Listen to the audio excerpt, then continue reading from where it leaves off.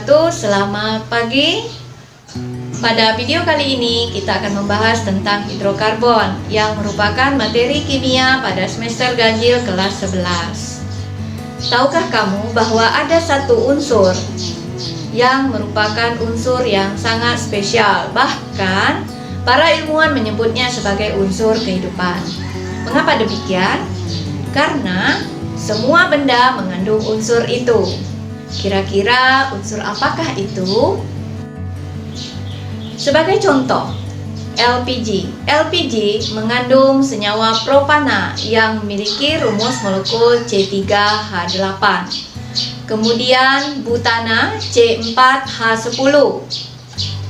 Selain itu, gas LPG juga mengandung senyawa ringan lainnya seperti etana C2H6 dan pentana C5H12. Selain itu, soda kue. Soda kue memiliki rumus molekul NaHCO3. Dan telur. Cangkang telur mengandung kalsium karbonat dengan rumus molekul CaCO3.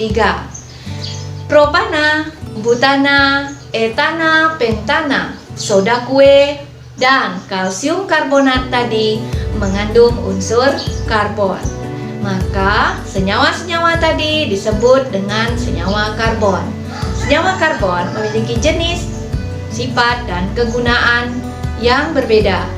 Maka senyawa karbon terdiri dari senyawa organik dan anorganik. Apa sih perbedaan antara senyawa organik dan anorganik? Senyawa organik adalah senyawa yang dapat diperoleh dari makhluk hidup. Contohnya pada karbohidrat, protein, lemak, dan vitamin. Dahulu, orang menyebutkan senyawa organik adalah senyawa yang dihasilkan dari makhluk hidup atau organisme.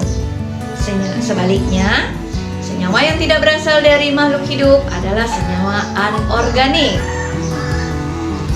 Sehingga muncul hipotesis bahwa senyawa organik itu spesial dan wajib dari makhluk hidup. Senyawa organik tidak bisa dibuat dari senyawa anorganik. Contoh dari senyawa organik adalah urea yang memiliki rumus NH2 2 kali CO. Urea dihasilkan dari metabolisme makhluk hidup yang dikeluarkan melalui urin. Nah, pada tahun 1828, Friedrich Wöhler, ilmuwan berasal dari Jerman, berhasil mensintesis senyawa organik. Ia berhasil mensintesis urea di luar tubuh makhluk hidup. Urea dibuat di laboratorium dengan cara memanaskan amonium sianat. Sehingga definisi tentang senyawa organik yang dulunya orang mengatakan bahwa senyawa organik berasal dari makhluk hidup, hanya dibuat dari makhluk hidup, berubah karena berhasil dipatahkan oleh Friedrich Wöhler. Jadi senyawa organik adalah senyawa yang berasal dari makhluk hidup yang terdiri dari unsur utama karbon dan hidrogen, serta beberapa unsur lain seperti oksigen, nitrogen, halogen, belerang, fosfor, dan beberapa unsur logam. Karena senyawa organik mengandung karbon, sehingga tidak disebut senyawa karbon organik, tetapi cukup dengan menyebutnya senyawa organik. Seperti contohnya tadi LPG. Pada propana, butana, etana, dan pentana itu terdapat unsur karbon dan hidrogen. Nah, ciri-ciri senyawa organik yang pertama, terdiri dari unsur utama yakni karbon dan hidrogen, serta beberapa unsur lain seperti oksigen, nitrogen, halogen, belerang, fosfor, dan beberapa unsur logam. Yang kedua, memiliki titik didih dan titik leleh yang rendah. Yang ketiga, jika bereaksi berjalan lambat. Yang keempat, mudah terurai dalam pemanasan. Yang kelima, mudah larut dalam senyawa non-polar dan kurang larut dalam air atau senyawa polar. Kemudian, mempunyai rantai karbon. Dan yang terakhir, memiliki ikatan kovalen. Nah, untuk senyawa anorganik seperti contohnya adalah soda kue dan telur.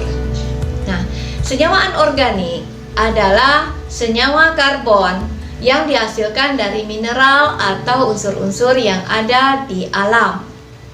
Contoh senyawa karbon anorganik lainnya adalah karbon monoksida, karbon dioksida, kalsium karbonat, asam sianida, natrium bikarbonat.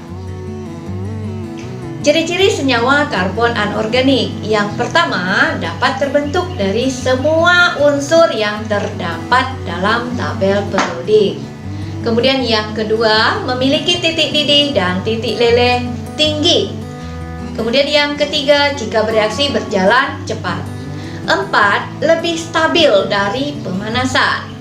Yang kelima, mudah larut dalam air atau senyawa polar dan kurang larut dalam senyawa non-polar.